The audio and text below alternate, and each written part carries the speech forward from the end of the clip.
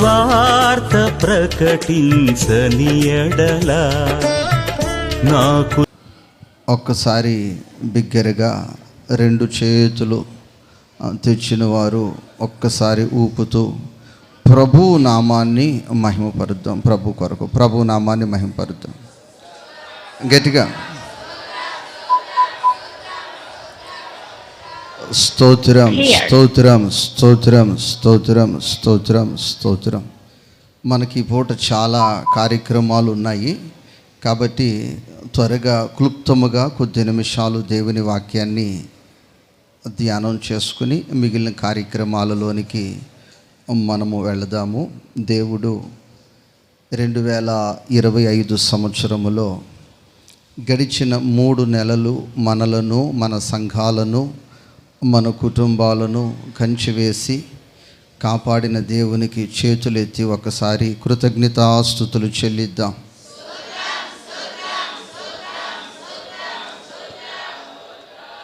అలాగే ఈ 4వ నెలలో ఏప్రిల్ మాసములోనికి మనలను ప్రవేశపెట్టిన దేవునికి స్తోత్రాలు చెల్లిద్దాం. మరి ఈ మాసమంతా కూడా ఆయన కృపను మనకు తోడుగా నీడగా ఉంచి ముందుకు నడిపిస్తూ ఉన్న దేవునికి స్తోత్రాలు చెల్లిద్దాం. నిర్గమకాండము 33 అధ్యాయము 19 వాక్యాన్ని చదవగలిగిన వారు బిగ్గరగా, అది ప్రభు ఈ మాసములో మనకు అనుగ్రహించిన వాగ్దానమై ఉన్నది.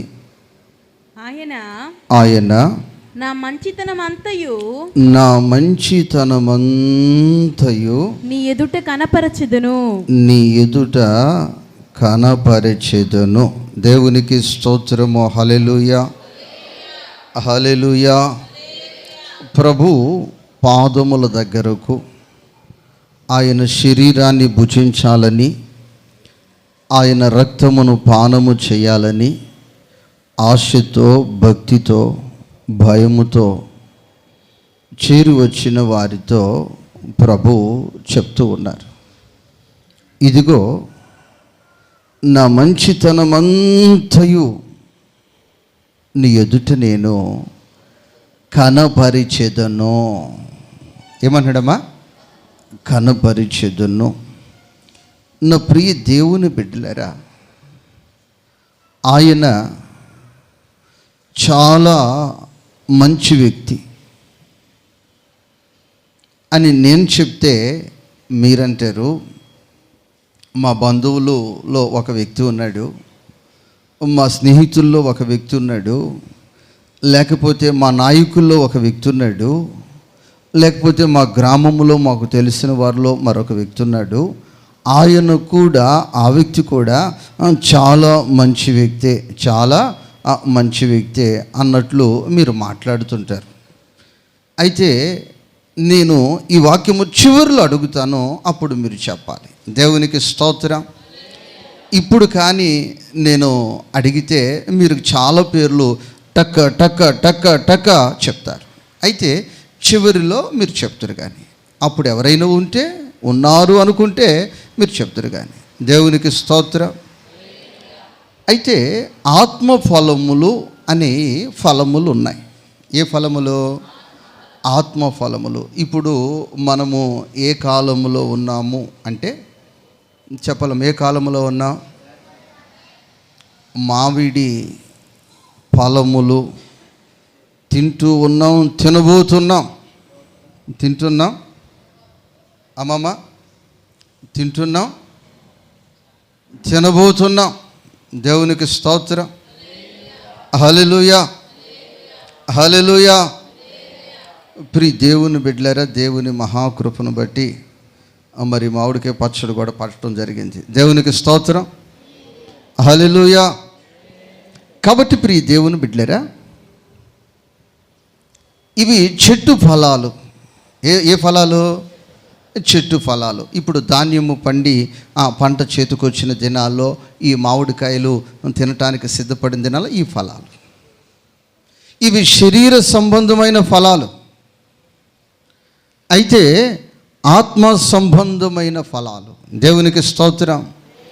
ఈ ఆత్మ సంబంధమైన ఫలాలలో ఇప్పుడు శరీర సంబంధమైన ఫలాలు అరటికాయి, లేకపోతే జామకాయి, దేవునికి స్తోత్రం. ఈ చెట్లకు చాలా కాయలు కాసినాయి. నేను చెప్పాను, సాగర్ కర్రీ 4 ఉంచండిరా వాళ్ళు వస్తున్నారు అంటే, నిన్న తినరు, మిగిలిన ఉదయం తినేశారు. దేవునికి స్తోత్రం. సాగర్ ఏమైనా ఉన్నాయా? మొత్తం తినేశారు. దేవునికి స్తోత్రం. ఇక నిన్నంత ఆపనే, నిన్నంత ఏ పని నిన్నామన్నా అంత ఆపని. ఈ ఫలాలు ఇక జామకాయలని, ఇలాగా మామిడికాయలని, ఇంకా చాలా చాలా ఫలాలు. ఈ ఫలాలు లాగానే ఆత్మ సంబంధమైన ఫలాలు కూడా కొన్ని ఉన్నాయి. అవి మనకు బైబిల్లో గలతీ పత్రిక 5 అధ్యాయము 22 వాక్యములో ఉన్నాయి. దేవునికి స్తోత్రం. గలతీ పత్రిక 5 అధ్యాయము 22 వాక్యాన్ని మనము గమనించి చూస్తే అక్కడ ఫలాలు కనిపిస్తాయి. చదువు తల్లి.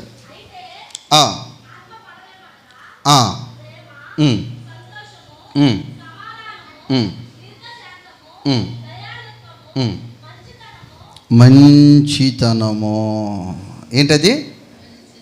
ఇది ఒక ఫలము.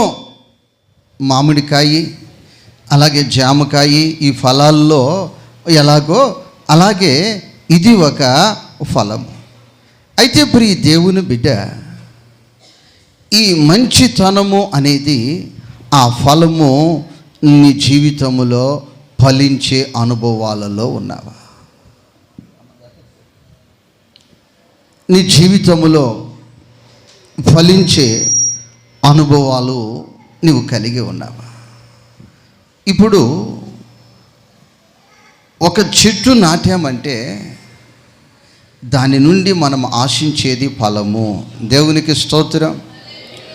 ఫలముల నాశించిన పరలోక తండ్రి తేరి చూచుచున్నాడు నీ వైపు.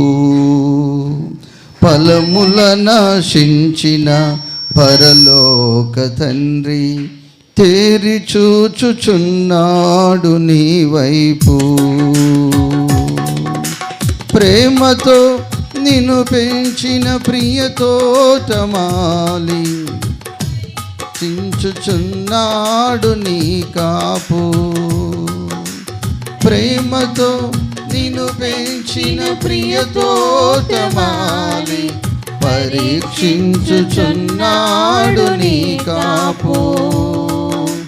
ఫలించకుండుట నీకు న్యాయమా, యజమాని సహనముతో చెలగాటమా. ఫలించకుండుట నీకు న్యాయమా, యజమాని సహనముతో చెలగాటమా. ఆయన నీ దగ్గర ఆ మంచితనము అనే ఫలమును ఆశపడుతున్నాడు. మరి ఆ ఫలము నీ దగ్గర ఉందా? ఆ ఫలాన్ని నువ్వు ఫలించగలుగుతున్నావా? ఒక్కసారి ఎవరికి వారు వ్యక్తిగతముగా ఆలోచించవలసిన అవసరము ఉంది. ఆమేన్, ఆమేన్. నా ప్రియ దేవుని బిడ్డలారా, మోషే జీవితాన్ని చూసినట్లయితే మంచితనము కలిగి జీవించెను. ఈ మోషేలో ఈ మంచితనము నాకు, నీకు, మనకు ఎక్కడ కనిపిస్తుంది, ఎలా కనిపిస్తుంది అన్న విషయాలు చూస్తే నిర్గమకాండము ఎవరు తీయొద్దు 32 అధ్యాయములో 1వ వాక్యము నుంచి 20వ వాక్యము వరకు ఒక చరిత్ర మనం చూస్తుంటాం. ఒక 40 దినాలు ఈ మోషే కొండ మీదకు వెళ్ళిపోయాడు. కొండ మీద రాత్రు బవళ్ళు 40 రోజులు కూడా ప్రభుతోనే ఉన్నారు. ప్రభు మంచివాడు కనుక ఇక ఈ మోషే జీవితంలో కూడా ఇక ప్రతి కోణములో ఒక మంచిగా మార్చబడ్డాడు. దేవునికి స్తోత్రం. ఈ భూ సంబంధమైన బంధాలకు దూరం అయిపోయాడు, ఆత్మ సంబంధమైన బంధాలకు సమీపించి ఉన్నాడు. ఈ భూ సంబంధమైన మాటలకు దూరం అయిపోయాడు, ఆత్మ సంబంధమైన పాటే, ఆత్మ సంబంధమైన మాటే, ఆత్మ సంబంధమైన ఆలోచనే కలిగి ఉన్నాడు. ఈ భూ సంబంధమైన ఆహారానికి పూర్తిగా దూరం అయిపోయాడు, ఈ ఆత్మ సంబంధమైన ఆహారాన్ని భుజిస్తూ ఎలా మారిపోయాడంటే మంచిగా మారిపోయాడు. ఎలా మారిపోయాడమ్మా? మంచిగా మారిపోయాడు. ఇక మంచిగా మారిపోయేసరికి ప్రభు మోషేతో చెప్తున్నాడు, మోషే, నీ ప్రజలు చెడిపోయారు, నీ ప్రజలు చెడిపోయారు. ప్రియ దేవుని బిడ్డలారా, తడువు చేయక కొండ మీద నుంచి పరుగు పరుగున దిగి వచ్చేసాడు. ఎందుకని దిగి వచ్చేసాడు అని చూసినట్లయితే ఆ ప్రజలు చెడిపోయారని. దేవునికి స్తోత్రం.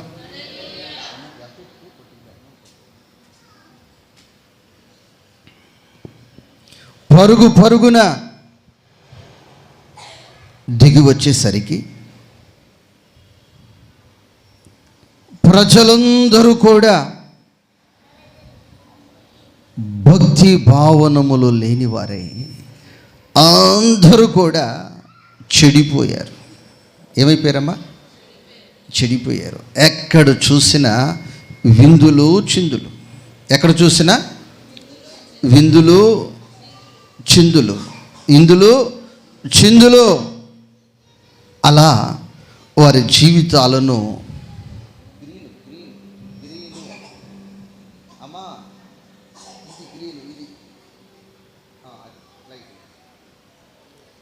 ఎక్కడ చూసినా విందులు చిందులతో వారు ఇకలోక సంబంధముగా నాశనమనే అవస్థలోనికి, సుఖభోగాలను భోగభాగ్యాలను ఇకలోక ఆచారాలను చేస్తూ విందులతో చిందులతో ఒక ఆత్మ సంబంధమైన ఆరాధన వారు మరిచిపోయినట్లు చరిత్రలో మనం చూస్తున్నాం. ఈ మోషే వారిలో కలిసిపోకుండా, మోషే ఆ మంచితనమును, ఆ ఫలమును మోషే కాపాడుకున్నాడు. ఈరోజు మన చుట్టుపక్కల సమాజము చూస్తే ఎక్కడ చూసినా విందులు చిందులు, లోక సంబంధమైన వాటికి ప్రాధాన్యత, ఆత్మ సంబంధమైన ఆశలు లేవు, ఆత్మ సంబంధమైన కోరికలు లేవు.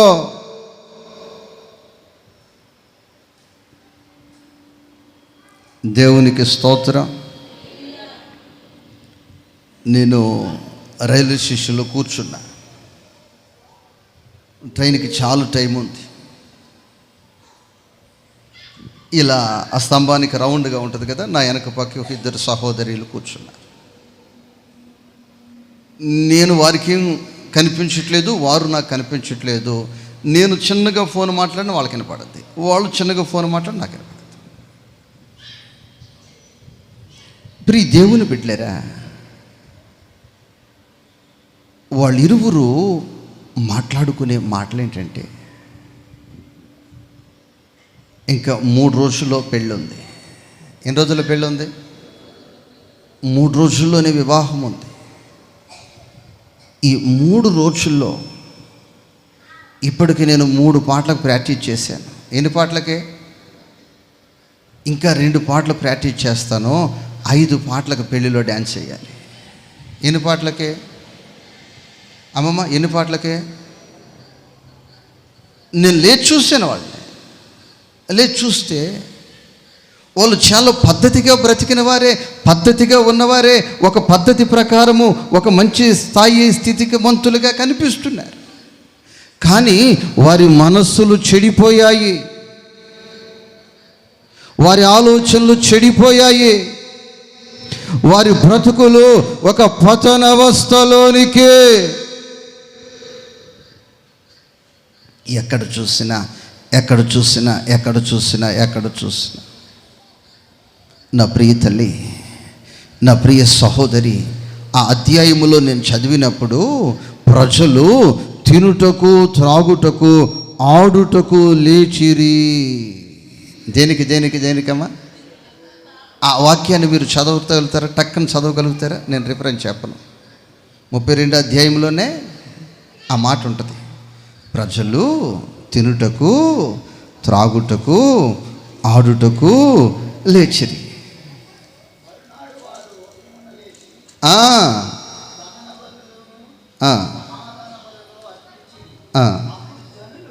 అప్పుడు జనులు తినుటకును, త్రాగుటకును, అమ్మా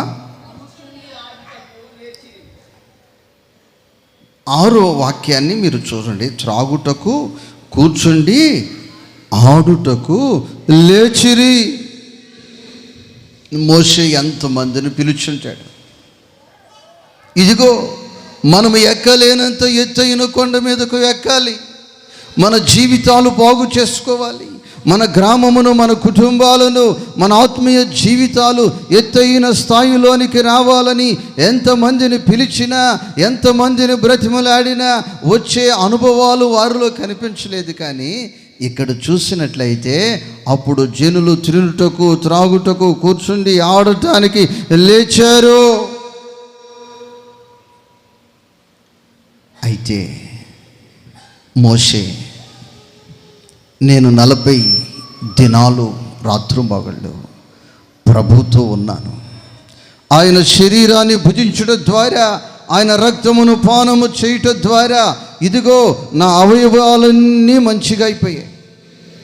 ఆ బురద నేను పూసుకోను బాబు, ఆ చెడు నేను అంటించుకోను, ఆ దోషము నేను అంటించుకోను, ఆ కీడు నన్ను అంటించుకోను. యేసు రక్తము నన్ను పవిత్రపరిచింది, యేసు రక్తము నన్ను పరిశుద్ధపరిచింది, యేసు రక్తము నన్ను మంచి వ్యక్తిగా మార్చింది. దేవునికి స్తోత్రం అని లోకము నుంచి వేరై, అలాంటి వారి నుంచి వేరే ఆ వ్యక్తి జీవితము మంచిగా జీవించాడు. దేవునికి స్తోత్రం. హల్లెలూయా, హల్లెలూయా.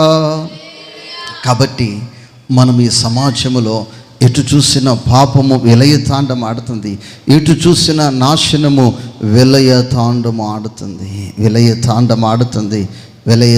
ఆడుతుంది. ప్రియ దేవుని బిడ్డలారా, ఉదయాన్నే ఒక వాట్సాప్ న్యూస్ వచ్చింది నాకు. ఏమిటంటే ఒక ఇద్దరు యవన బిడ్డలను చావ కొట్టేశారు. ఎందుకని చావ కొట్టారంటే, వాళ్ళు దళితుల కులములో పుట్టి వారు ఈ ఉత్సవములో పాలు పొందటానికి ప్రయత్నం చేశారని వాళ్ళని చావ కొట్టేసేసారు. దేవునికి స్తోత్రం. నా ప్రియ తల్లి, నా ప్రియ సహోదరి, నా ప్రియ సహోదరి, జాగ్రత్త. నీ జీవితంలో లోక సంబంధమైన ఆ చెడును నువ్వు అంటించుకుంటే నీవు ఆత్మ సంబంధమైన ఆశీర్వాదాలకు దూరమైపోతావు. యోహాను సువార్త 4వ అధ్యాయము 14వ వాక్యములో ఒక పండుగ అక్కడ మనకు కనిపిస్తుంది. చదవాలి ఆ వాక్యాన్ని. యోహాను సువార్త 5వ అధ్యాయము 14వ వాక్యాన్ని చదువుకుందాం.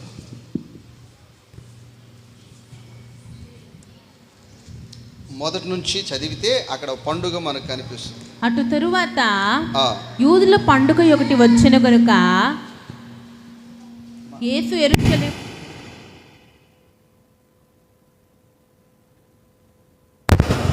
అక్కడ ఒక పండుగ మనకు కనిపిస్తూ ఉంటుంది. నా ప్రియ దేవుని బిడ్డలారా, అక్కడ ఒక కోనేరు కనిపిస్తూ ఉంది. ఆ కోనేరు దగ్గర గుంపులుగా ప్రజలు ఉన్నారు. గుంపులు గుంపులుగా ప్రజలు వస్తున్నారు. గుంపులు గుంపులుగా వస్తున్న ప్రజలు స్వస్థత పొంది ఆశీర్వదించబడి దీవించబడి తిరిగి వెళుతూ ఉన్నారు. యెరూషలేములో గొర్రెల ద్వారం దగ్గర బేతెస్దా కోనేరు కలదు, అందు మండపములైదు. దేవదూత వచ్చు వేళ నీళ్లు కదలేను, ఆ నీళ్లు కదులు వేళ రోగి స్వస్థత పొందేను. దేవదూత వచ్చు వేళ నీళ్లు కదిలేను, ఆ నీళ్లు కదులు వేళ రోగి స్వస్థత పొందేను. ఏ రోగి ముందు దిగేనో, చెప్పాలి, పాడాలి. ఏ రోగి ముందు దిగేనో, ఏ రోగి ముందు దిగేనో, ఏ రోగి ముందు దిగేనో ఆ రోగి స్వస్థత పొందుచున్నాడు. దేవునికి స్తోత్రం. ఎవరు ముందు దిగుతున్నారో, ఎవరు సిద్ధపడి దిగుతున్నారో, ఎవరు ఆశతో దిగుతున్నారో, ఎవరు ఆతృతతో దిగుతున్నారో ఆ రోగికి స్వస్థత కలుగుతుంది. ఆ రోగి ఆరోగ్యవంతుడై స్వస్థత పొందినవాడై సంతోషముతో తిరిగి వెళుతుంటే ఆ వ్యక్తిని చూసి ఇంకా గుంపులు గుంపులుగా ప్రజలు వస్తున్నారు. అయితే ఇక్కడ ఒక విచారకరమైన పరిస్థితి ఏమిటంటే 38 సంవత్సరాల నుంచి, ఎన్ని సంవత్సరాలు చెమ్మా?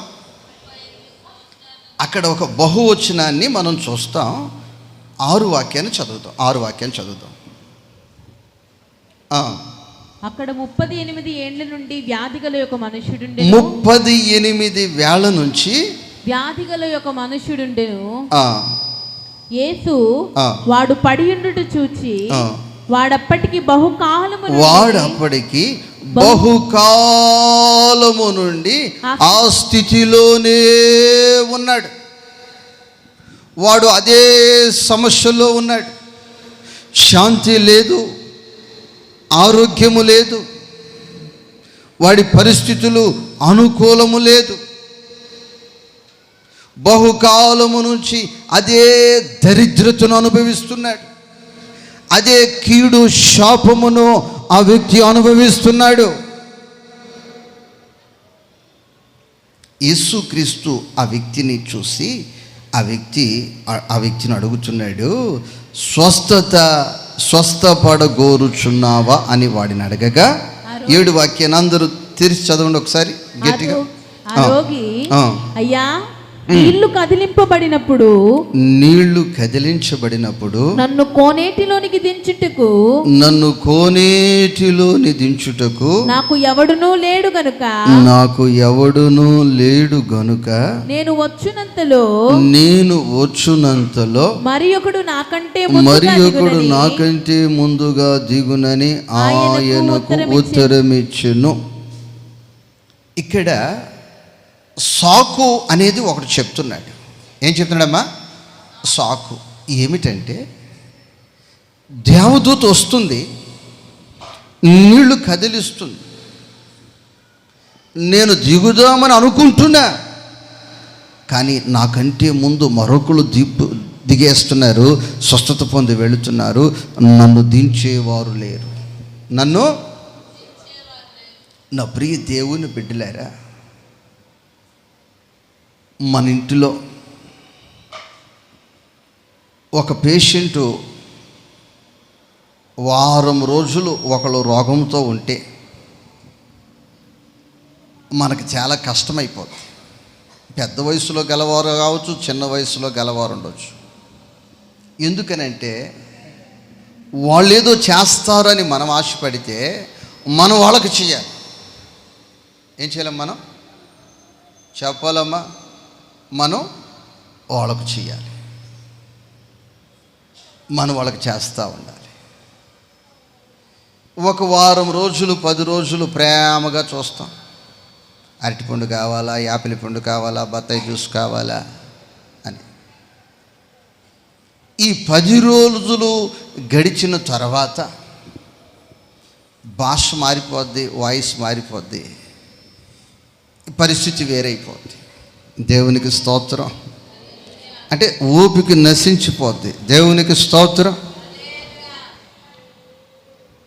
అందుకే ప్రమాణాలు చేయించేటప్పుడు ఏమని చేపిస్తామంటే, కష్టమందును, సుఖము అందును, అనారోగ్యమందును, నష్టమందును ఏం కలిగి, అమ్మమ్మ ఏం కలిగి, అందుకే చేపిస్తారు సేవకులు. దేవునికి స్తోత్రం. హల్లెలూయా. ఇక కష్టం వచ్చిందని, ఇక మనసు గాయపడిందని పారిపోవటం కాదు, వదిలిపెట్టేయటం కాదు, విడిచిపెట్టేయటం కాదు. అనారోగ్యమందునో, రోగమందునో, బలహీనతల యందునో నా ప్రియ దేవుని బిడ్డలేరా, ఈ వ్యక్తి ఇంకా బ్రతుకున్నాడంటే 38 సంవత్సరాల నుంచి కూడా ఆ గృహస్థులు ఈ వ్యక్తికి మంచి తిండి పెడుతున్నారు. ఏం పెడుతున్నారమ్మా? మంచి తిండే పెడుతున్నారు కాబట్టి ఇంకా బ్రతుకున్నాడు. దేవునికి స్తోత్రం. హల్లెలూయా. మౌనిక, రేపు సోమవారం పిలిస్తే వాళ్ళు స్కూల్కి వస్తారు. ఇప్పుడు రమ్మంటే ఎక్కడికి వస్తారు వాళ్ళు? వంట చేసావు నువ్వేమన్నా? నీ స్టూడెంటే, నేను కాదనట్లా, కానీ ఇప్పుడు కాదు, వాళ్ళకి నీకు సంబంధం. రేపు సోమవారం ఏమి నేర్పిస్తావో నేర్పించు. దేవునికి స్తోత్రం. హల్లెలూయా. మన సడన్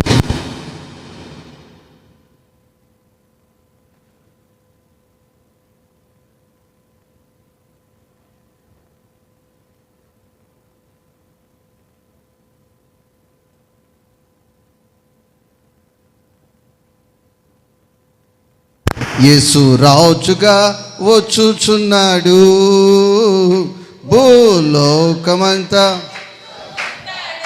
ఆయన రాకడ, రహస్య రాకడ వచ్చేస్తుంది. సంగమా, దేవుని బిడ్డలారా, ఎట్లా ఉండాలి అమ్మమ్మ? ఎట్లా ఉండాలి? సిద్ధపడి ఉండాలి. దేవునికి స్తోత్రం. సిద్ధపాటు లేకపోతే భయం అయిపోద్ది, సిద్ధపాటు లేకపోతే గుండె ఆగిపోద్ది. దేవునికి స్తోత్రం. సిద్ధపాటు కలిగి ఉండాలి. దేవునికి స్తోత్రం. కాబట్టి నా ప్రియ దేవుని బిడ్డలారా, 38 సంవత్సరాల నుంచి ఆ వ్యక్తికి మంచి తిండి పెడుతున్నారు. 38 సంవత్సరాల నుంచి వాళ్ళని ఏపుకు తింటా ఉన్నాడు. మామూలు భోజనం పెడితే వాడికి నచ్చదో. ఇదిగో అది తీసుకురండి, ఇది తీసుకురండి, ఇది తీసుకురండి, అది తీసుకురండి. ఏంటంటే పెడతారంటే వాడు ఎట్టో చేస్తాడు. ఇవి చావు కోరికలు. ఏ కోరికలమ్మా? చచ్చే ముందు వాళ్ళు వేపుకు తింటారమ్మా. అది అందుకే చావు కోరిక. తప్పనిసరిగా నాకు అదే కావాలంటారు. ఏం కావాలమ్మా?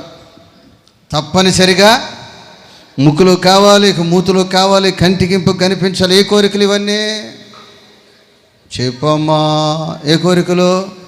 ఇక చచ్చేవాడే కదా, ఇక ఇప్పుడు చేస్తాడని వీడు అది కావాలి, ఇది కావాలని ఊపిరి తీస్తున్నాడు. కానీ రే, ఆ దేవదూత దిగినప్పుడు, నీళ్లు కదిలినప్పుడు నన్ను తీసుకుని అందులోకి ఎసరండి, ఆ మాట మాత్రం వీడు ఎవరికి చెప్పట్లా. దేవునికి స్తోత్రం. కొద్దిగా ఫ్రై చేసుకుని కొద్దిగా పులుసు పెట్టి తీసుకురమ్మంటున్నాడు, కొద్దిగా తాలింపు చేసుకురమ్మంటున్నాడు, కొద్దిగా ఏడు చేసుకురమ్మంటున్నాడు, కొద్దిగా చిక్కగా చేసుకురమ్మంటున్నాడు. ఈ విధమైన కోరికలు ఆ వ్యక్తి కోరుతున్నాడు. కానీ అయ్యా, ఇప్పటికే చాలా సమయం అయిపోయింది, నా దరిద్రం నా నెత్తినే ఉంది, నా శాపము నాతోనే ఉంది, నా పాపము నాతోనే ఉంది. ఒక్కసారి దేవదూత వచ్చినప్పుడు, నీళ్లు కదిలినప్పుడు అందరికంటే ముందుగా ఎత్తి నన్ను తోయిన అందులోకే. ఆ పదము మాత్రం రావట్లేదు. ఇంటి దగ్గర వాళ్ళని ఏపుకు తినేస్తున్నాడు. దేవునికి స్తోత్రం. హల్లెలూయా. వాసన చూస్తాడు, పక్కనెట్టేస్తాడు. వాసన చూస్తాడు, పక్కనెట్టేస్తాడు, నాకు ఆకలి లేదంటాడు. ఇదిగో నలుగురేమని అనుకుంటారేమో వీడికి అన్నం తినలేదని మళ్ళీ చచ్చినట్టు మళ్ళా కూర తీసుకొచ్చి మళ్ళా కూరగాయలు తీసుకొచ్చి మళ్ళా వంట చేసి ముక్కు దగ్గర పెడితే అప్పుడు తింటాడు. అలా వీళ్ళను చంపుతున్నాడు కానీ వాడు చావట్లా, అలాగని స్వస్థత పొందట్లా. ప్రభువుకి ఒక అసూయగా దురుసుగా చెప్తూ ఉన్నాడు, అయ్యా నన్ను వేసేవాళ్ళు ఎవరు లేరయ్యా, నన్ను ఆ కోనేటిలోకి వేసేవారు ఎవరు లేరు. ప్రభు అంటున్నాడు, అసలు ఇవన్నీ కాదు, ఈ సాకులు నువ్వు చెప్పొద్దు. ఏం చెప్పొద్దు? సాకులు నువ్వు చెప్పొద్దు. నీవు అసలు స్వస్థత పొందగోరుచున్నావా? ప్రభువుకు అనుమానం వచ్చేసింది. ఎందుకనంటే వీడికి రోగం తగ్గిందని చెప్పాడు అనుకోండి, పనికి పోమ్మంటారు. ఇక యాపిల్ కాయలు, ఇంక చెప్పాలమ్మా, ఇంకేం కాయలు పెడతారు? ఇంకేం కాయలమ్మా? ద్రాక్ష కాయలు, ఇంకమ్మా కైమాలు ఇక పెట్టరు. ఎందుకనంటే నీకు రోగం లేదు కదా అంటారేమో. మళ్ళీ ఆరోగ్యం వస్తే పని చేయమంటారు, ఆరోగ్యం వస్తే వ్యవసాయం చేయమంటారు, ఆరోగ్యం వస్తే ఆ వ్యాపారానికి వెళ్ళమంటారు, ఆరోగ్యం వస్తే ఇంకేదైనా సంపాదించమంటారు. నాకు ఇలాగే బాగుంది, నేను ఇలాగే ఉండిపోతాను అన్నట్లు ఆ వ్యక్తి. అందుకే ప్రభువుకు అనుమానం వచ్చి, అసలు నీవు స్వస్థత పొందగోరుచున్నావా? దేవునికి స్తోత్రం. హల్లెలూయా, హల్లెలూయా. నా ప్రియ దేవుని బిడ్డలారా, ఒకప్పుడు మా తమ్ముడు నేను కలిసి ఒకసారి మాట్లాడుకున్నాం. ఏం మాట్లాడుకున్నామంటే, ఇంకొకటి జ్వరం వచ్చింది, ఇంకొకటి జ్వరం వస్తే వాడికి బన్న తెచ్చారు. మేము చిన్న పిల్లలు. తర్వాత యాపిలకాయలు ఒక 2 తెచ్చారు, ద్రాక్షకాయలు ఒక 2 తెచ్చారు. మేమిద్దరం ఏం మాట్లాడుకున్నామంటే, అరే మనకు కూడా జ్వరం వస్తే బాగుంటారు, అవన్నీ తెస్తారు అనుకున్నాం. చిన్న వయసులో తెలియని పరిస్థితి. దేవునికి స్తోత్రం, హల్లెలూయా. అలాగే ప్రభువుకు అనుమానం వచ్చి, ఈ తిండి తింటూ ఇలాగే వీడు ఉంటున్నాడు కాబట్టి అసలు నీవు స్వస్థత పొందగోరుచున్నావా? దేవునికి స్తోత్రం. ప్రభు చెప్తున్నాడు, స్వస్థత పొందాలన్న ఆశ నీకుంటే, స్వస్థత పొందాలన్న కోరిక నీకుంటే, ఇంటి వారి మీద సాకులు కాదు, సంఘము మీద సాకులు కాదు, స్వస్థత పొందుచున్న వారి మీద సాకులు కాదు, ఆశీర్వదించబడిన వారి మీద సాకులు కాదు. నీవు ఈ పరుపు ఎత్తుకొని నడువు.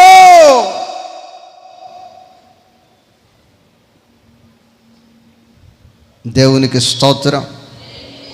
ఈ సీట్ నువ్వు ఖాళీ చేసేయాలి, ఈ పరుపు నువ్వు ఖాళీ చేసేయాలి, ఈ స్థలము నువ్వు ఖాళీ చేసేయాలి అని ఒక్కసారిగా గద్దించేసరికి వాడు పరుపు ఎత్తుకొని, ఆ 12 వాక్యాన్ని చదవండి తల్లి. వెంటనే వాడు స్వస్థత పొంది తన పరుపు ఎత్తుకొని నడిచెను. కొడు చప్పట్లో హల్లెలూయా, హల్లెలూయా, హల్లెలూయా. నాకు తెలిసిన ఒక తల్లి ఉంది, ఊరంతా తిరుగుద్ది. ఆ ఇంటి దగ్గర కాసేపు కూర్చుంటుంది, ఆ కొంప దగ్గర కాసేపు కూర్చుంటుంది, ఆ కొంప దగ్గర కాసేపు, ఆ కొంప దగ్గర కాసేపు, ఊరంతా తిరుగుద్ది. ఈ లోపల నేను కనిపించి, అమ్మ చర్చికి రావచ్చు కదంటే, దడ ఆయాసం. ఏంటమ్మా చెప్పమ్మా? దడ ఆయాసం. అక్కడ వాళ్ళ సూరు కింద నేల మీద అరుగుల మీద కూర్చుంటుంది. అమ్మ ఇక్కడ ఫ్యాన్ ఉందమ్మా, చైర్ ఉందమ్మా, చక్కటి భోజనం ఉందమ్మా, చక్కటి వాతావరణం ఉందమ్మా, అమ్మ నీకు నీళ్లు పోసేవాళ్ళు ఉన్నారమ్మా, నిన్ను గౌరవించే వాళ్ళు ఉన్నారంటే, నా దరిద్రం రానిదయ్యా. నా దరిద్రం ఈ ఊరు చుట్టూ కొంపల చుట్టూలు విలువ లేకుండా తూ అని ఊపించుకుంటాకైతే తిరగలుగుతాను. కానీ జీవము కలిగిన దేవుని మందిరములో దేవదూత నీళ్లు కదిలించినప్పుడు ఆ కదులుచున్న నీళ్ళలో అడుగుపెట్టి స్వస్థత పొందాలన్న ఆశ మాత్రము నాకు లేదో. ప్రభు వచ్చాడు, గతించాడు. ఆ వ్యక్తి లేచి ఆ పరుపెత్తుకుని నడుస్తూ ఉన్నాడు. నడుస్తూ ఉన్న వ్యక్తితో నా ప్రభు చెప్తున్న మాట, ఆ మాట మనము చదువుకుందాం. 14 వాక్యాన్ని చదువుకుందాం. అటు తరువాత యేసు దేవాలయములో వానిని చూసి, ఇదిగో స్వస్థత నొందితివి, ఇదిగో నీవు స్వస్థత పొందావు, మరి ఎక్కువ కీడు నీకు కలగకుండునట్లు, మరలా నీకు కీడు రాకుండా, మరలా నీకు రోగము రాకుండా, మరలా నీవు అలాంటి ప్రమాదమునకు గురి కాకుండా, ఇకను పాపము చేయకుమని, ఇక పాపము జోలికి పోవద్దని, లోకపు జోలికి పోవద్దని నీతో చెప్పుచున్నాను. దేవునికి స్తోత్రం. ఇక పాపము జోలికి పోవద్దు, ఇక లోకము జోలికి పోవద్దు, ఇక అన్య ఆచారాల వైపు, విందుల వైపు, చిందుల వైపు నువ్వు పోవద్దు. బహుకాలము నువ్వు బాధపడ్డావు, 38 సంవత్సరాలు నువ్వు రోగిష్టిగా ఉన్నావు. దేవుని కృపను బట్టి నీకు స్వస్థత కలిగింది. దేవునికి స్తోత్రం అని వాడికి చెప్పేసరికి ఇక చుట్టుపక్కల ఉన్న వారికండి ముఖమంతా పేలాలైపోయాయి. ముఖమంతా ఏమంటారు, ముఖమంతా పేలాలైపోయింది. త్వరగా చదువుతాం 15 వాక్యాన్ని. వాడు వెళ్ళి నన్ను స్వస్థపరిచిన వాడు యేసు అని యూదులకు తెలియచెప్పెను. ఈ కార్యములను విశ్రాంతి దినమున చేసినందున యేసుని హింసించటము ప్రారంభించారు, యేసయ్యను దూషించటం ప్రారంభించారు, యేసయ్యను హింసించటం ప్రారంభించారు. అదే ఈ శ్రమల కాలము. ఏ కాలం ఇది? ఎందుకయ్యా యేసయ్యకు శ్రమలు వచ్చాయి, యేసయ్యకు నిందలు వచ్చాయి, యేసయ్యకు అవమానాలు వచ్చాయి అంటే, ప్రియ దేవుని బిడ్డలారా, 38 సంవత్సరాల నుంచి రోగముతో, శాపముతో ఉన్న వ్యక్తిని లేపి నిలబెట్టి పరుపెత్తి నడిపించినందున ఆయనను దూషిస్తూ, ఆయన్ను గేలు చేస్తూ, ఆయన్ని అవమానపరుస్తున్నారు. దేవునికి స్తోత్రం. హల్లెలూయా. మనము గడిచిన మాసములో నేను చెప్పాను, మనము శ్రమల కాలములో ఉన్నాం. దేవునికి స్తోత్రం. ప్రియ దేవుని బిడ్డలారా, 100 మంది విద్యార్థులను దత్తతకు తీసుకుని వారికి మంచి భోజనం పెడుతూ మంచి విద్యాభ్యాసం చేపిస్తూ ఉన్న ఒక దైవ సేవకుణ్ణి ఎందుకు చంపారు అంటే, ఆయన మంచి పనులు చేస్తున్నాడు. ఏ పనులు చేస్తున్నాడమ్మా? మంచి పనులు చేస్తూ ఉన్నారు. అది మాట్లాడినందుకు గత రాత్రి పోలీసులు అని చెప్పి ఒక బ్యాచ్ వచ్చి ఒక దైవ సేవకుణ్ణి హఠాత్తుగా తీసుకొని వెళ్ళిపోయారు. ప్రియ దేవుని బిడ్డలారా, ఆ రోజు యేసుక్రీస్తు మంచి చేస్తుంటే ఈ సమాజానికి నచ్చనందున ఆయనను హింసించిరి.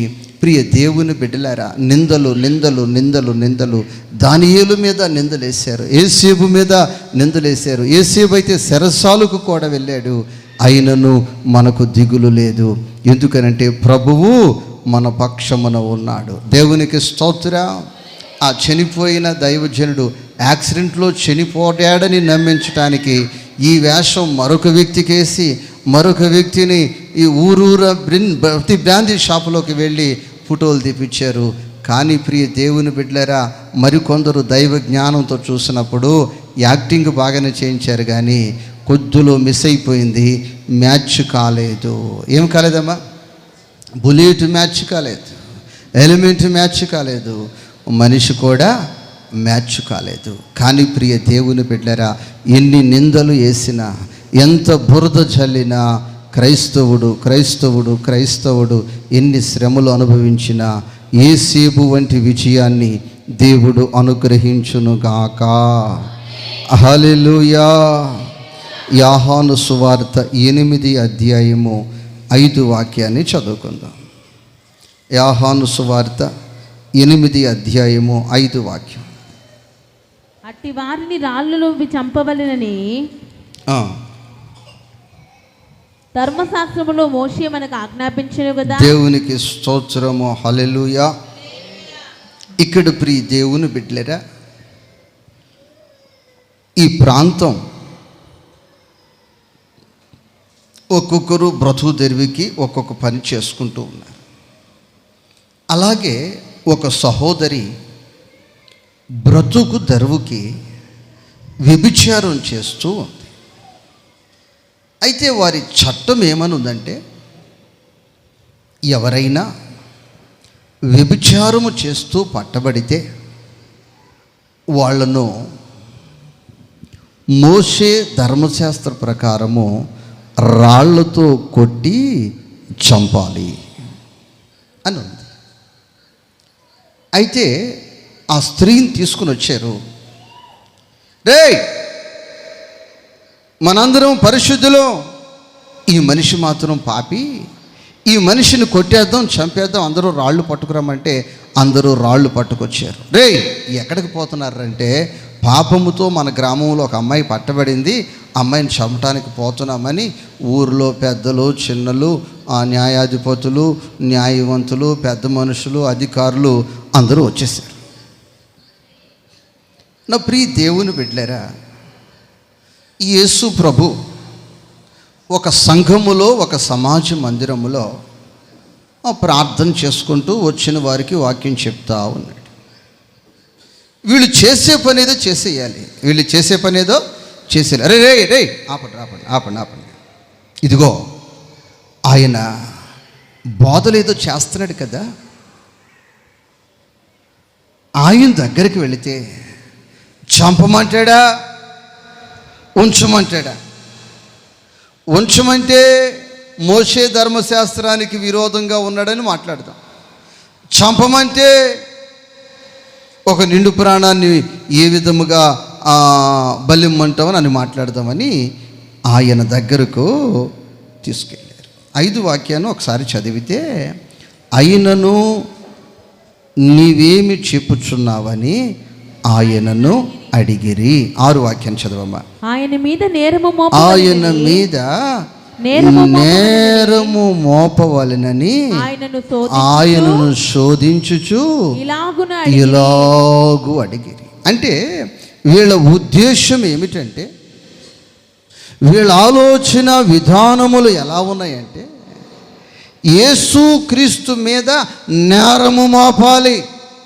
ఎవరి మీద నేరం? వాక్య పరిచర్య చేయుచున్న వ్యక్తి మీద నేరము మోపాలి. అసలు ఏం చెప్తాడో, ఏమి చెప్పినా తప్పని ఆయన మీదే నేరం వేద్దాం మనం అని ఆలోచన అంతా సెట్ చేసుకుని యేసుక్రీస్తు దగ్గరకు ఆ యొక్క సహోదరుని తీసుకొని వచ్చేసి అడుగుతూ ఉన్నాడు. అయ్యా, మరి ఈమెనైతే మేము రాళ్ళతో కూడా చంపేయాలి, మరి నువ్వేమంటావు? నువ్వు చంపమంటావా, ఉంచమంటావా? చెప్పు.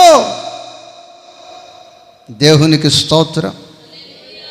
అంటే ఆ దేశములో పాప నివారణ చేయాలి అన్న ఆలోచన లేదు,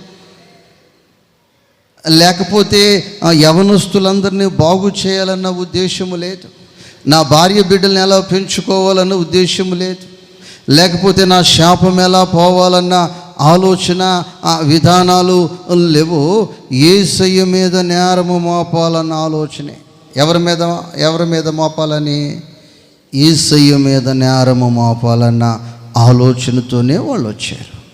అయితే నా ప్రియ దేవుని బిడ్డలారా, యేసుక్రీస్తు ప్రభువారు నేలను వంగి ఒక్కొక్క చరిత్ర రాస్తూ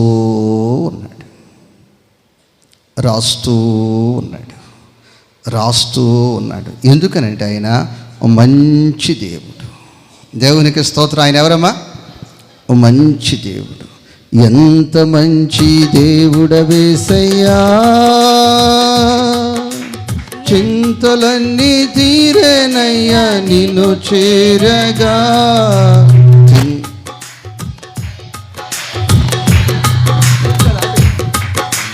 చింతలన్నీ తీరేనయ్యా చేరగా, ఎంత మంచి దేవుడవేసయ్యా. ఘోర పాపినైనా నేను దూరంగా పారిపోగా, ఘోర పాపినైనా నేను అందరూ దూరంగా పారిపోగా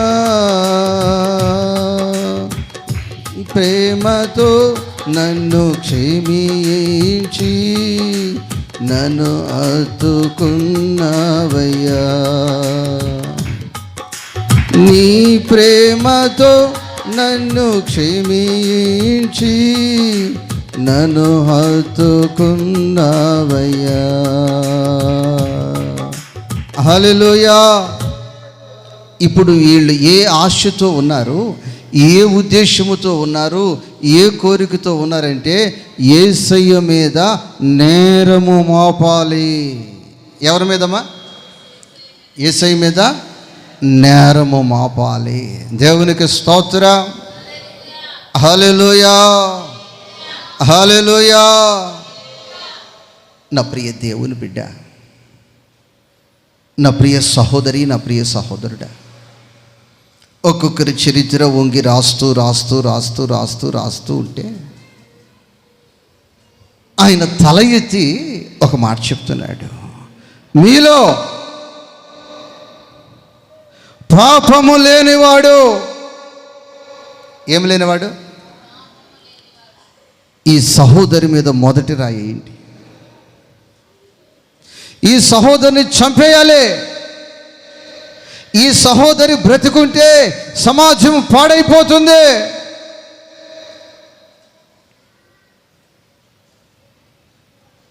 పాపము లేనివాడు. నా ప్రియ దేవుని బిడ్డలరా, అక్కడ రాయబడి ఉన్న మాట, వారు ఆ మాట విని, ఆయన చెప్పిన మాట విని, ఫుడ్ నోట్లో దానికి అర్థం రాయబడి ఉంది, మనస్సాక్షి చేత గద్దించబడిన వారై. వాడిలో ఉన్న ఒక్కొక్క పాపము ఒక్కొక్క పాపం ఒక్కొక్క పాపం ఒక్కొక్క పాపం వాడి బ్రతుకులో వాడికి కనిపిస్తుంది.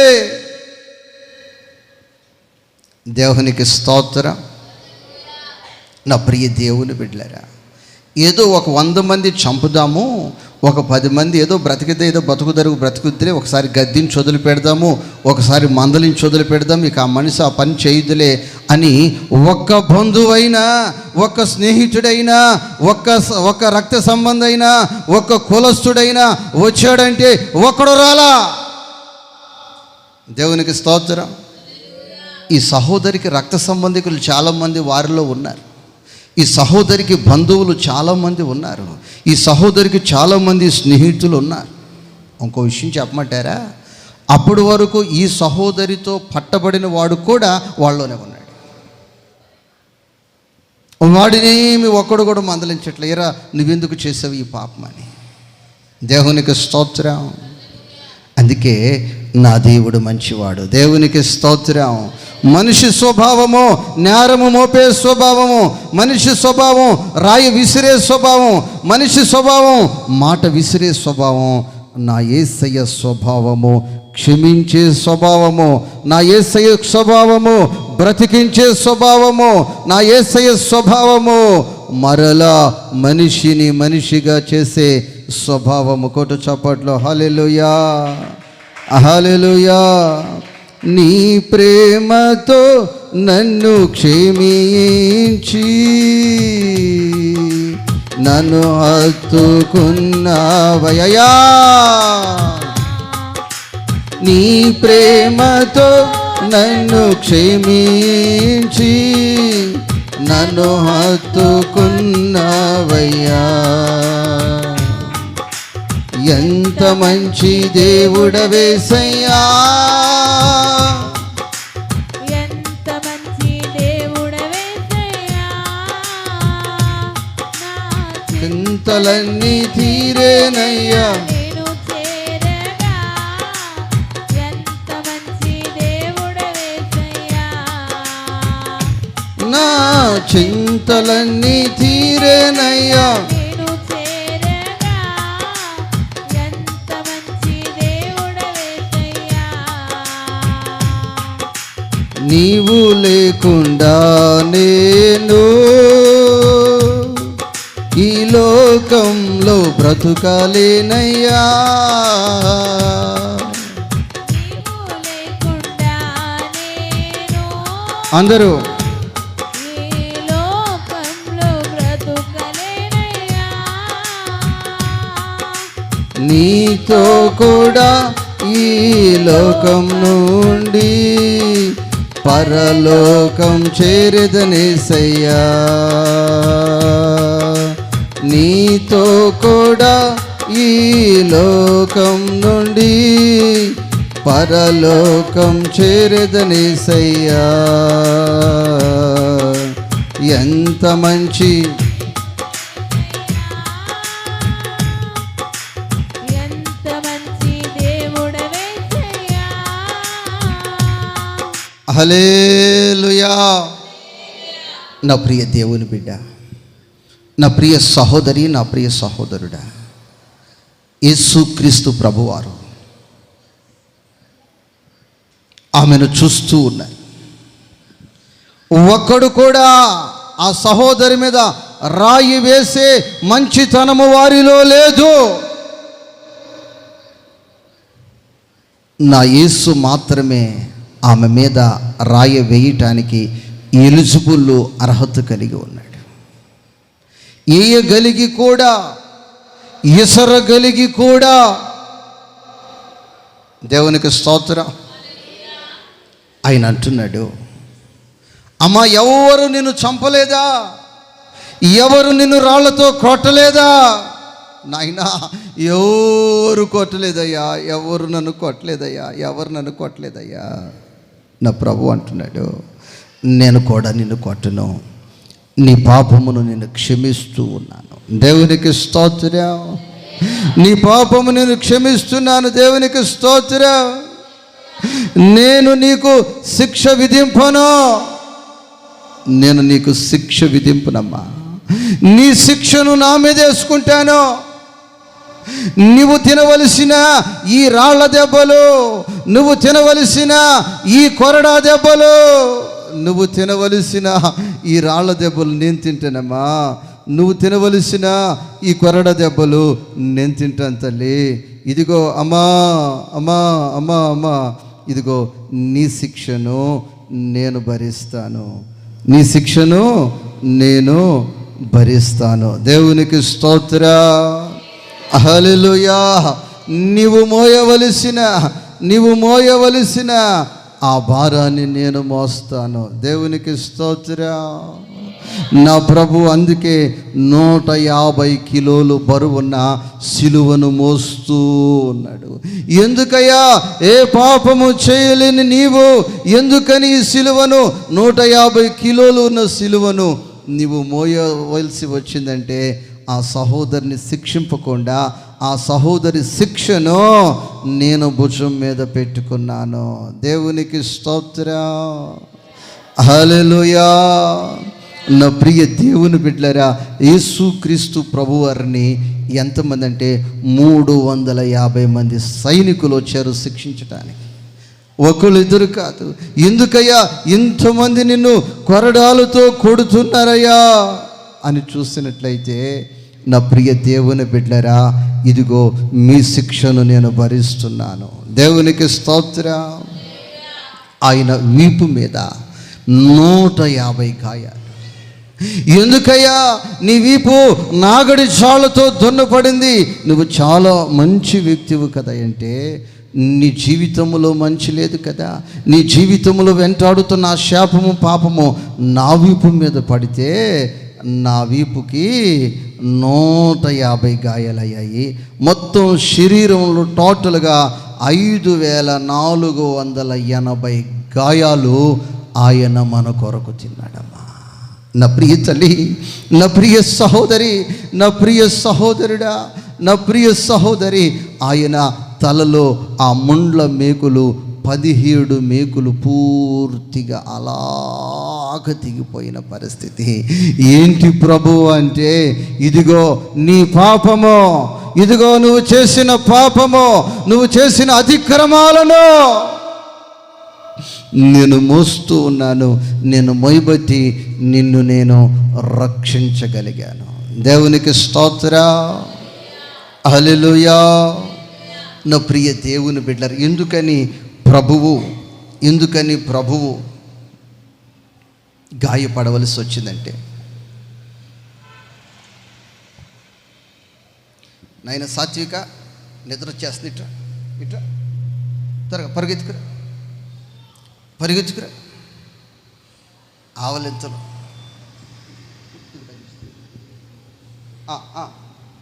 ఏంటి సురుకలు ఇవ్వాలా?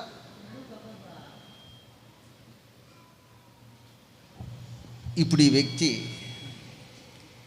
500 బాకీ ఉన్నాడు నాకు. ఎంతమ్మా చెప్పమ్మా? ఇప్పుడు గట్టిగా పట్టుకుని ఇస్తావా చస్తావా అని గొంతుని కట్టెట్టేసాను. ఇస్తావా చస్తావని గొంతుని కట్టేసాను. నేను గొంతుని కత్తి పెట్టేసి నేను దబాయిస్తున్న సమయంలో ఈ వ్యక్తి మధ్యలోకి వచ్చాడు. పానీ అనేది సానుభూతి ఒక పెదవు మీదకి వచ్చింది. వెంటనే నేనేమంటాను తెలుసా? నువ్వు ఇస్తావా? ఏమంటావు? నువ్వు కడతావా? అవునా కాదా? రేపుగా చెప్పు. ఇస్సాకుని తరివేశావు. దేవునికి స్తోత్రం. హల్లెలూయా. నువ్వు కడతావా?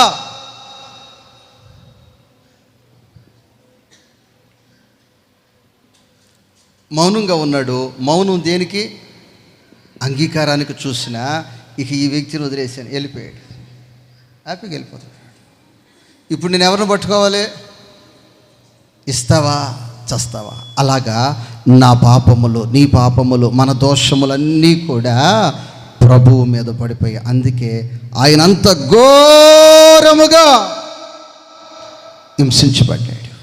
ఆయన చాలా మంచి వ్యక్తి, కానీ నన్ను మంచి చేయటానికి, నిన్ను మంచి చేయటానికి, మనల్ని మంచి చేయటానికి ఆయన శిక్షను భరించాడు. దేవునికి స్తోత్రం. ఆ శిక్ష భరిస్తూ ఒక సందేశాన్ని ఆయన ఇస్తూ ఉన్నాడు. ఆ 11 వాక్యాన్ని పూర్తిగా చదివి మనం ముగించుకుందాం. ఆమె అందుకు యేసు, నేను నిన్ను శిక్షింపను, నీవు వెళ్ళి ఇకను పాపము చేయకమని ఆమెతో చెప్పెను. దేవునికి స్తోత్రం.